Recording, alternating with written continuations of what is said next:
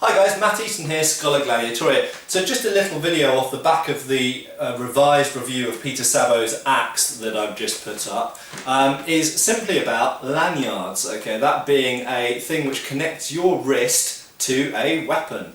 And this is what I've done with Peter's axe. Initially I put the lanyard on primarily because the bottom of the shaft of this axe is quite slim and I was worried about my hand slipping off when I was cutting things with it. So I started putting a leather thong around the bottom and I had extra ends and I thought, well, why don't I tie those together, and lo and behold I can turn it into a lanyard. And this is the point of the video really, just to say this is perfectly historical to lots of historical periods, and it is a question that's come up.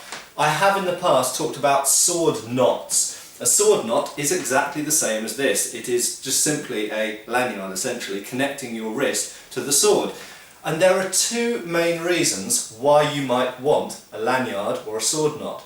One, it's to prevent you losing the weapon. So if it gets knocked out of your hand, if you're fighting on horseback, for example, it's a perfect example, and it was used in the 19th century for cavalry swords, for example. If you're using a sword on horseback and you either thrust or cut someone, and the weapon either gets wrenched or knocked out of your hand, your horse is moving.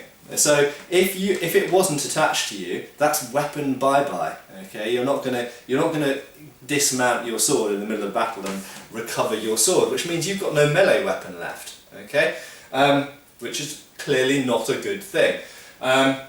So it's really important having a sword knot for a cavalry soldier, and in fact there are references to them being used by I believe by Mamluk cavalry and in the Middle East and so on.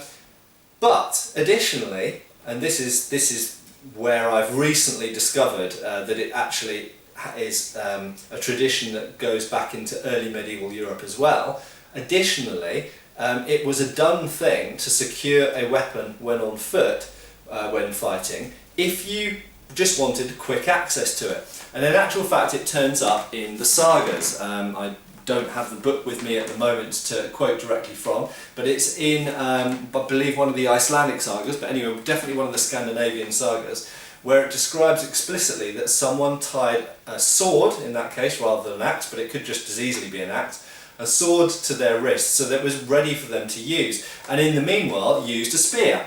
Now, you might think that sounds a bit unwieldy. Yeah, it is, but it does mean that that weapon is there instantly for you to get a grip on and use at a moment's notice. And I think especially if you were using the spear underarm, it might be more practical than if you're using it overarm.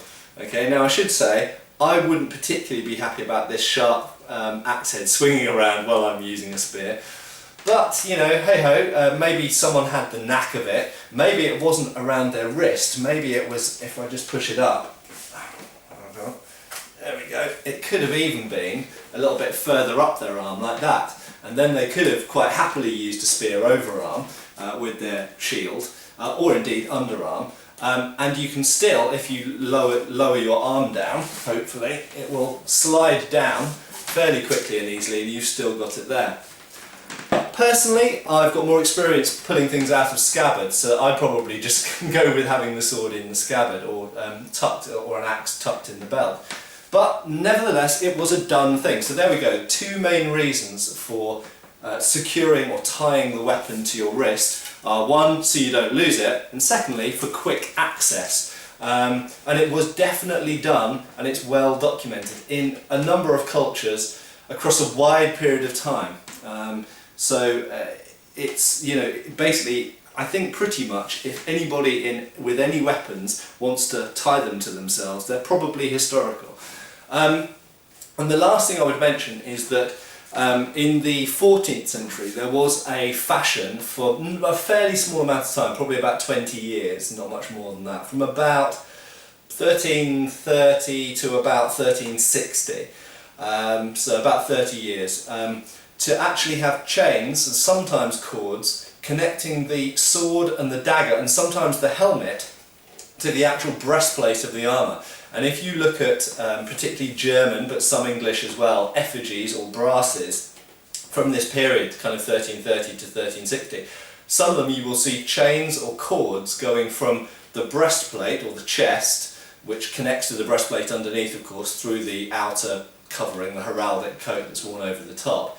You'll see it going from the chest to the hilts of the sword and the dagger, and sometimes to the helmet as well. And you know, that's to prevent the loss of those weapons. Why they abandoned that after about 1360, 1370, why they sort of moved away from that fashion, I don't know. But it's an interesting connecting tradition to the idea of tying the weapon to you so you don't lose it. Okay guys, cheers! Click subscribe now and also follow us on Facebook.